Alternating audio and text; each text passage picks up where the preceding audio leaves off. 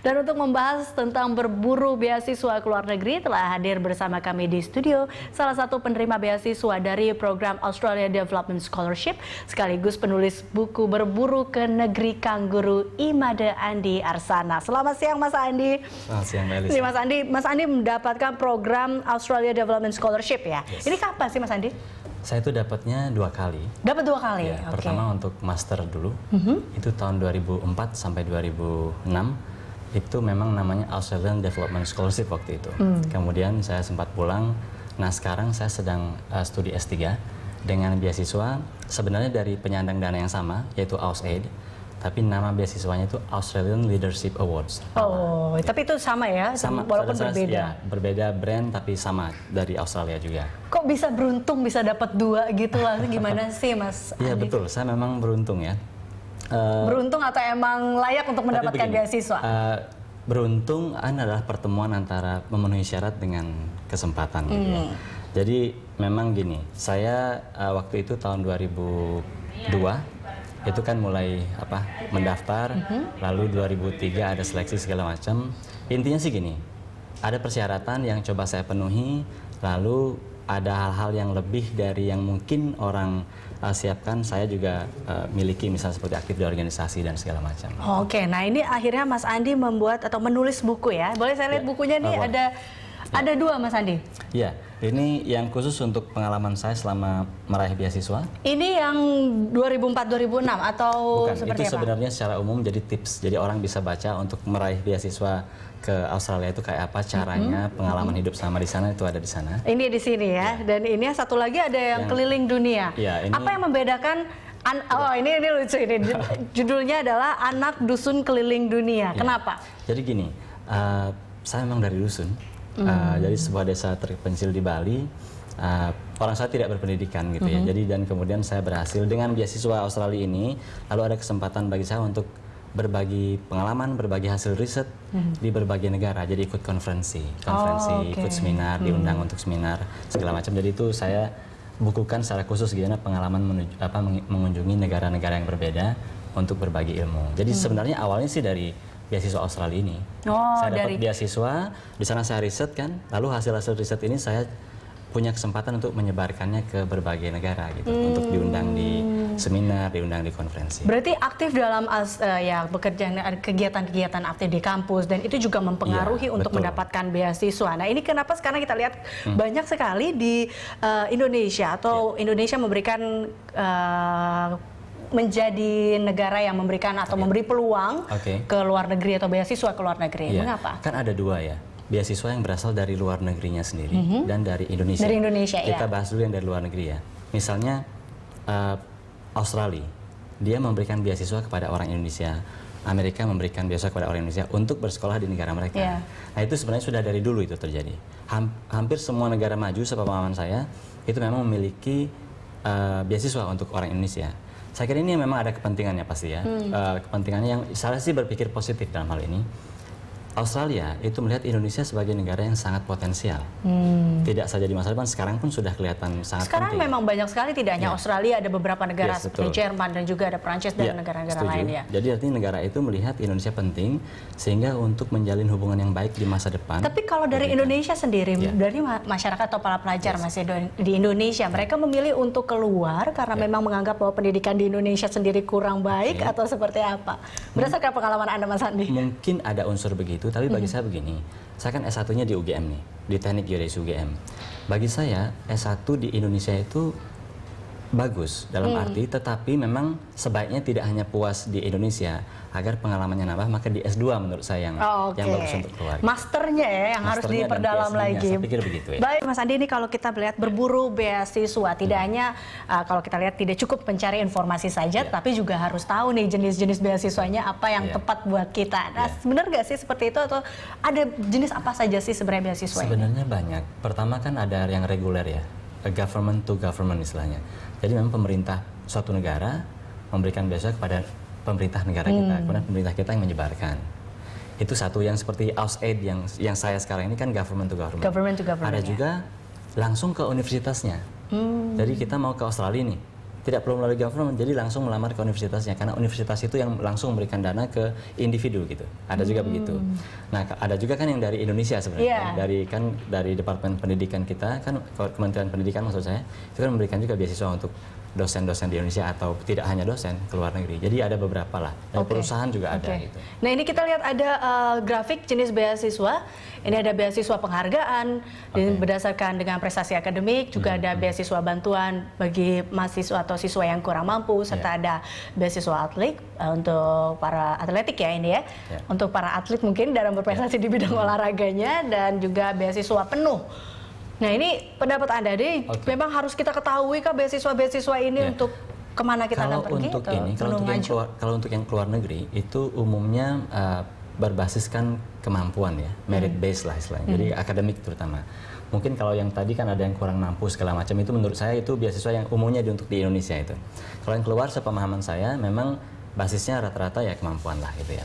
Dan kita memang harus tahu, tadi kan ada bilang biasa penuh atau tidak penuh, maksudnya begini, apakah beasiswa itu menanggung SPP plus biaya hidup? Itu biaya hidup atau hanya SPP saja misalnya. Ada memang kita perlu tahu itu. Nah, kalau beasiswa yang Australia ini dia full. Jadi kita di SPP-nya dibayarin semua, kita mendapatkan living allowance, jadi setiap 2 minggu kita dapat gaji. Saya rasa itu yang paling banyak dicari oleh para mahasiswa ya. Nah itu untuk mendapatkan itu bagaimana caranya? Ini kalau kita lihat kan mencari informasi, begitu banyak informasi untuk beasiswa ini. Sebenarnya kan begini, Mbak.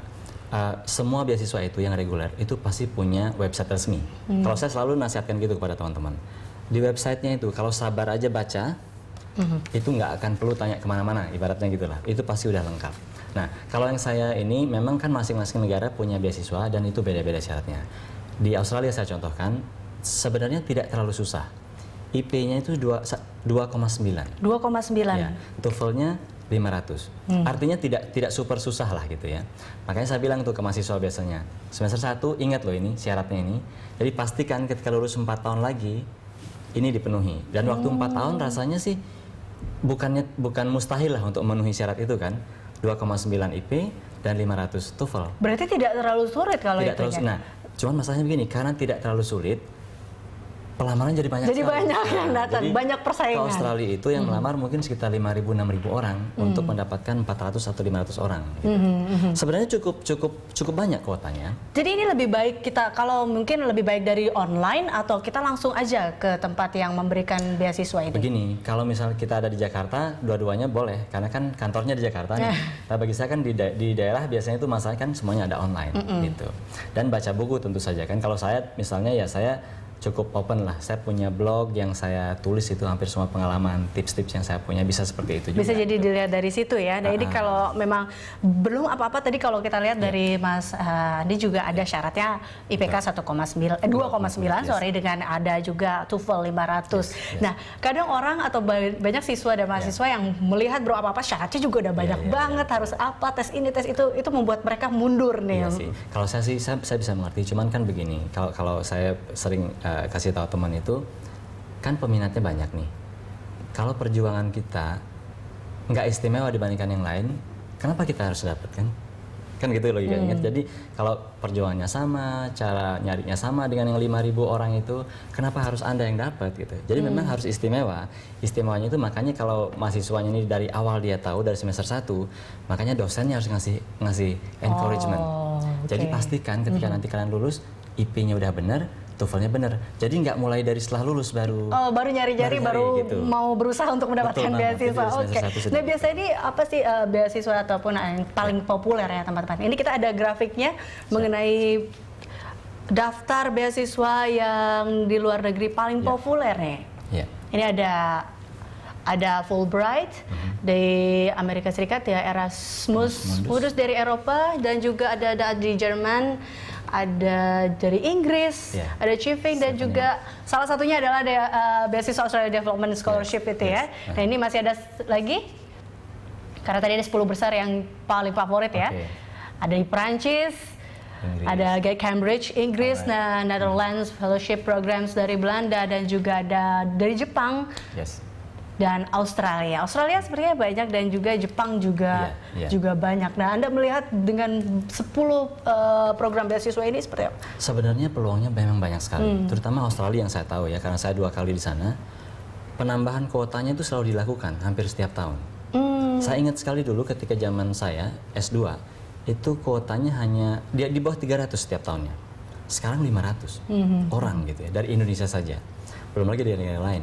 Nah, kemudian Amerika, Jerman, hampir semua itu memiliki beasiswa reguler yang kuotanya untuk Indonesia itu cukup banyak, relatif banyak dibandingkan yang lain ya. Oh, jadi di Indonesia lebih banyak betul, dapatnya? Pertama karena memang Indonesia karena melihat ya, kompeten di Indonesia lebih bagus, dan juga jumlah penduduk besar dan memang potensi Indonesia secara ekonomi kan meningkat, perannya di dunia juga meningkat. Jadi saya kira negara-negara lain juga punya kepentingan untuk menjaga hubungan baik dengan Indonesia. Gitu. Oke, ya Mas Andi. Jadi kandidat seperti apa sebenarnya yang dicari oleh para pendonor beasiswa ini? Pertama dia kan ada syarat akademik tadi saya bilang. IP-nya harus memenuhi syarat. Kalau di Australia tadi berarti 2,9 itu, tapi di tempat lain mungkin ada syarat lain lagi. Dan syarat bahasa asing, yaitu bahasa Inggris umumnya kan. Nah, ini bisa berupa TOEFL, tadi saya sebutkan misalnya 500, atau di Amerika dia punya syarat yang lain. Jadi 2 itu yang penting.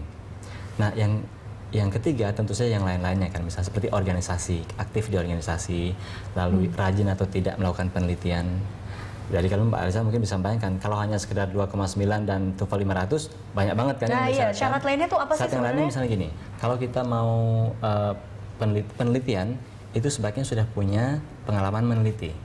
Dibuktikan dengan sudah memiliki publikasi, sudah pernah menulis untuk jurnal misalnya, atau paling tidak untuk konferensi, atau membuat buku misalnya, itu akan sangat membantu.